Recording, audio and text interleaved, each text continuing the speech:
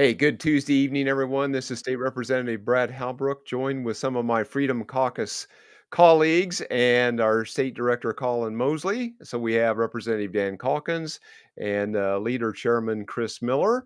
And so, welcome, gentlemen. We are Christmas Eve week, as we are just a week away from Christmas. And so, well, yeah, I guess it's Christmas Eve week. We'll go that far.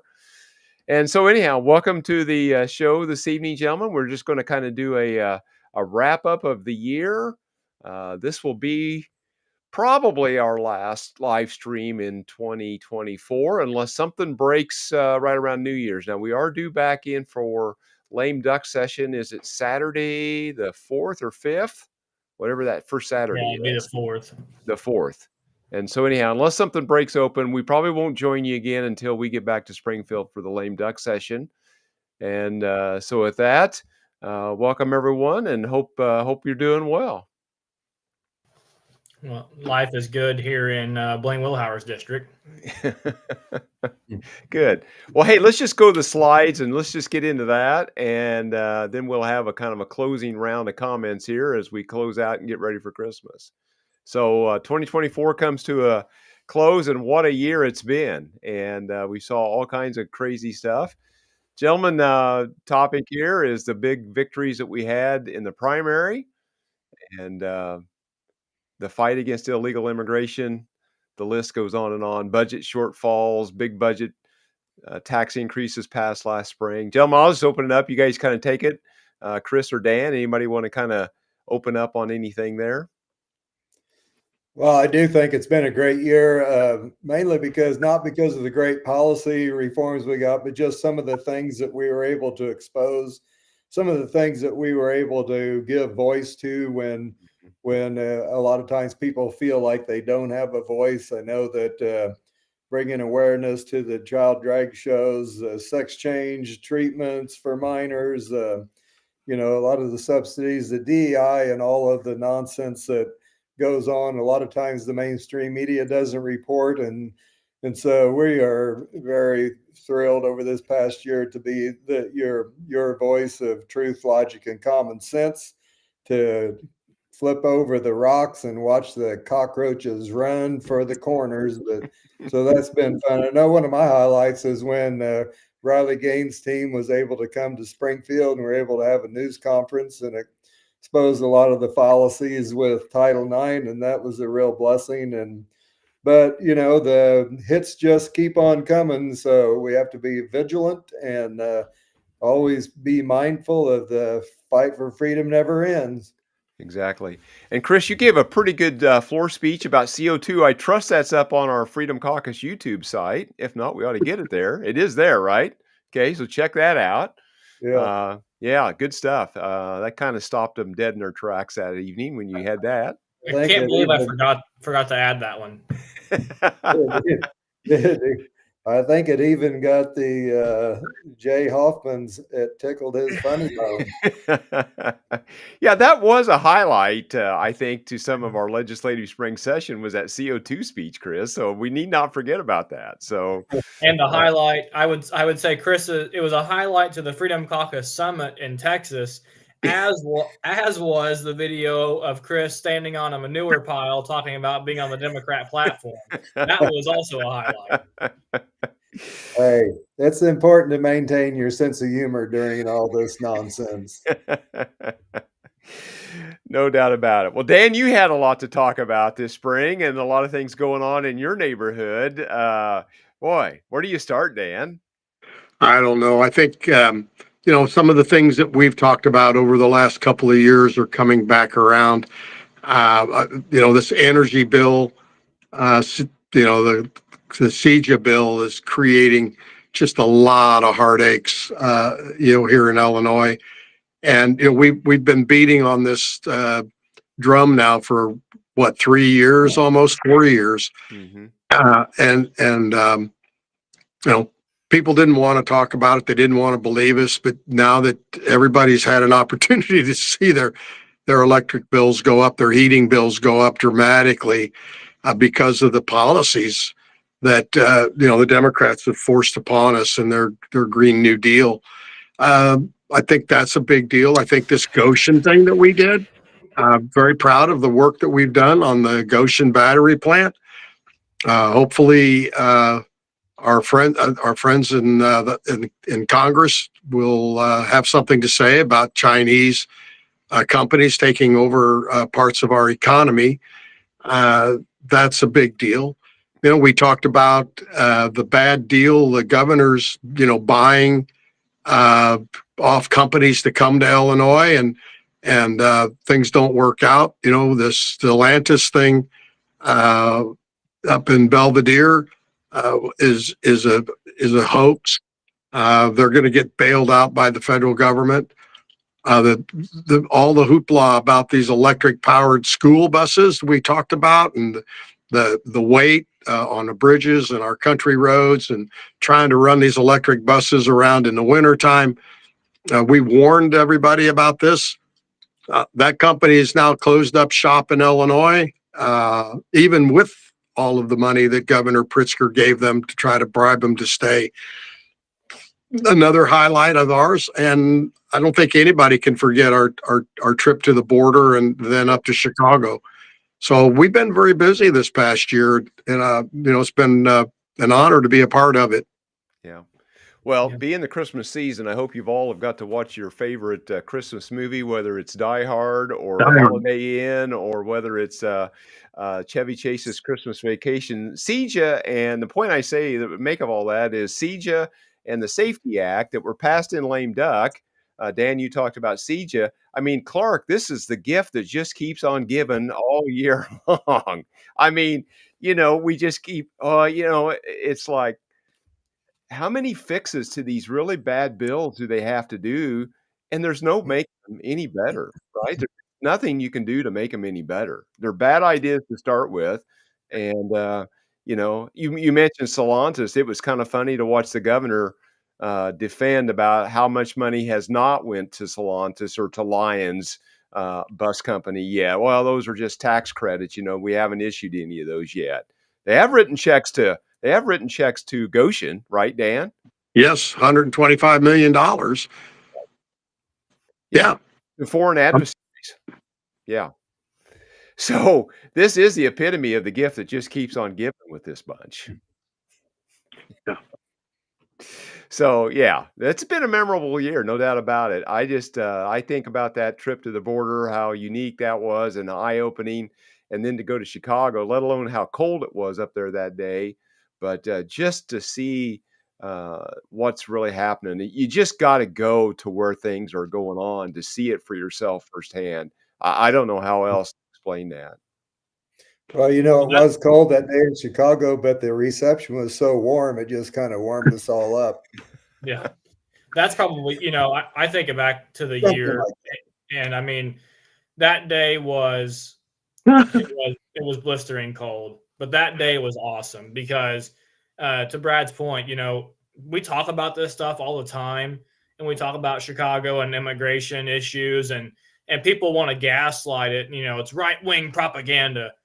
I mean, we were standing at ground zero in Chicago. I mean, we were at 2 of the shelters, and Three. We went to 3 of them. oh, that's Did right. we? Yeah, 3 locations. Yeah. And they barred the stinking door, and you're just watching these people mass mill around in the bottom of the Washington Library and at this, the old club. I mean, it's just crazy, and that's the kind of stuff that I'm so proud of the Freedom Caucus, because we are not afraid. They are not afraid to go to ground zero on any issue, to get to the bottom of something, and we did that a lot this year. Right. Well, Right. another good thing that happened just today was for the city of Chicago was former state's attorney Kim Fox can no longer practice law in the state of Illinois, so that's a bonus. Yeah, as it should be.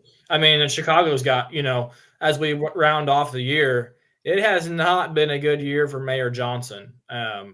And man, I tell you, his city council meetings are getting about as bad as a Springfield committee hearing room. I mean, they're bad. And his own aldermen are turning on him. And so I look for 2025 to be an interesting year for Mayor Johnson. Yeah. Well, I think it's going to be an interesting year for every elected official in Illinois. I don't care if you're on a school board or a city council or in Springfield in the General Assembly. This is going to be a very, very difficult year. We've been used to spending all this money that now is coming to a screeching halt. It's going to make for some very, very tough decisions, and I think there's going to be we're going to cut yours, but not mine. And we're going to see that. We're going to see, I think, the Democrats infighting on these county boards and also in Springfield. Mm-hmm. You're seeing it in Chicago. I think you go back. I'm sitting here thinking about this. You go back to our trip to Chicago to look at those shelters, and then we met with the people, the activists from the neighborhoods. We sat down and had lunch with a whole, I don't know, what were there, 30, 35 of those folks afterwards. And that kind of was I think the turning point on all of this immigration and Democrat control and neighborhoods being overrun. And you look at the election results and you look what's going on. That, to me, our visit there was kind of a turning point, and giving those folks hope in Chicago that yes, there is a different way, and yes, our ideas aren't really extreme. It's the folks that you've been voting for the last 30 years. Exactly. Yeah, Another one, Brad, Go ahead. another one just to point out, another accomplishment to round off our year, right? We're growing. We added, Senator Chesney. We hope to add more members next year, but growing the ranks of conservatism in Springfield is pretty cool too. Yeah, This is kind of our charter, though, is to be the North Star of conservatism and common sense in the General Assembly. And it's not necessarily the fact that we have 7, 8, or even 30 members of the Freedom Caucus. It's the fact that the people that look to us, to look to our caucus for positions and what is the right thing and how should they be positioning themselves. I think that it's not just that the number of people we have in our group, but it's the influence that over the last 2 years that we've had in the House and the Senate. Mm-hmm. Yeah, without a doubt. Gentlemen, let's maybe look at the next slide as we move along here. Yeah, so again, it's been a big year in 2024. We got more battles. Again, we saw the budget projections by the governor's Office of Management Budget projecting $23 billion shortfall over the next 5 years, 3.2 in this coming fiscal year, FY26. And that's just if their numbers go the way they think, right? Whether expenses maintain at the level they expect them to be, that's if revenue is at the point that, if either one of those are out of whack, it's going to get worse. And so this thing just exponentially grows out of control because it's just, I talked to some folks here recently, some business people, and they talk about how bad business has been this past year as they look to the end of the year to close out books, how bad business has been for them. And in businesses that are important to everyday people to, for their supplies of different things they need to run their homes and their farms and their businesses with. Business has been a little tough. So, yeah. Well, that's what we've seen experientially with the Democrat regime in charge. I mean, since J.B. Pritzker has been in office, the every quality of life issue has gone downhill and gotten worse, let alone just the massive inflation that we've experienced under the Biden, Harris, Pritzker regimes. I mean, everyday working class citizens here in Illinois are suffering while the illegals have the doggone red carpet rolled out for them and having everything paid for on the backs of the hardworking taxpayers here in the state of Illinois. Exactly. Well, gentlemen, Lame Duck was scheduled to start on Thursday the 2nd. They've already canceled the Thursday and Friday, the 2nd and 3rd. We're due to go in on Saturday the 4th. I guess that kind of remains to be seen. inauguration day is January the 8th. So there's 4 days or so that hopefully they get canceled. I mean, these things are, what are we looking at? About 15 or 20 legislators that are retiring or not coming back. So there's a lot of dangerous activity can happen with those handful of votes. Yeah, You know, including Dan. Yeah, including me. oh, Dan's one of those retiring ones. Yeah, I could. Yeah, I could flip on you guys, and on my way out, maybe land a job in the administration. I'm hoping we catch Mary Flowers so we can get her for one vote on our way out. That would be great if she showed up for lame duck. I Yeah. wish she would. But like, to Brad's point, we want you guys to be plugged in. The holiday season, just as quickly as it comes, it will be over, and then next thing you know, we'll be in Springfield. So just be vigilant and be plugged in, because it's going to be a wild ride Monday and Tuesday before the inauguration. Let's see the kind of things that they try to shove into, quote unquote, Trump-proof Illinois. Right. Right. Well, it's important that we stay awake and pay attention during this lame duck session, because a lot of times people have a tendency to tune out, after the Christmas holidays and, all the bowl games and the college football championship series and New Year's and all those things. I think that's one reason why they schedule lame duck when they do, is they're hoping that people aren't paying attention. Mm-hmm. And I think that it's our responsibility to remind people what lame duck was actually created for, and it was to deal with things that were extremely important and almost kind of a emergency legislation needed to be enacted in order to make life better for people. But when we kind of do a review from when we even came in, Dan, as some of the highlights of lame duck session since I've been there and you've been there has been, we've expanded abortion rights. We've passed unconstitutional gun bans. We've we'll always increase our salary. I think one of the last times it was an increase of maybe 16 or 17% plus a COLA on top of that. We passed the Safety Act, and one of the things that you can look forward into in this next lame duck session is to try to pass anti-Make America Great Again agenda, with trying to kneecap President Trump and some of the good folks who are trying to fix a lot of these problems in Illinois that our doggone leadership wants to ignore and gaslight and pretend like that they don't exist. Now, I don't know how I don't know how you Trump proof, I guess, the term.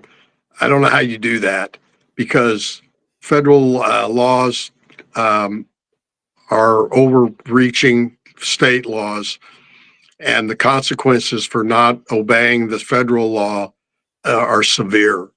And I know Governor Pritzker wants to protect his people, not you and me, and not the folks that are watching this, not the regular working people in Illinois, but his people, which are the illegal immigrants that we're paying $1 billion plus a year to support. And so those are his people. And I hope everybody, remembers all the things that have happened to us over the last 4 years, particularly the last 2 years, as we get ready to gear up for another big election 2 years from now. Mm-hmm. I don't know what the appetite is for the Democrats. There isn't much left to do.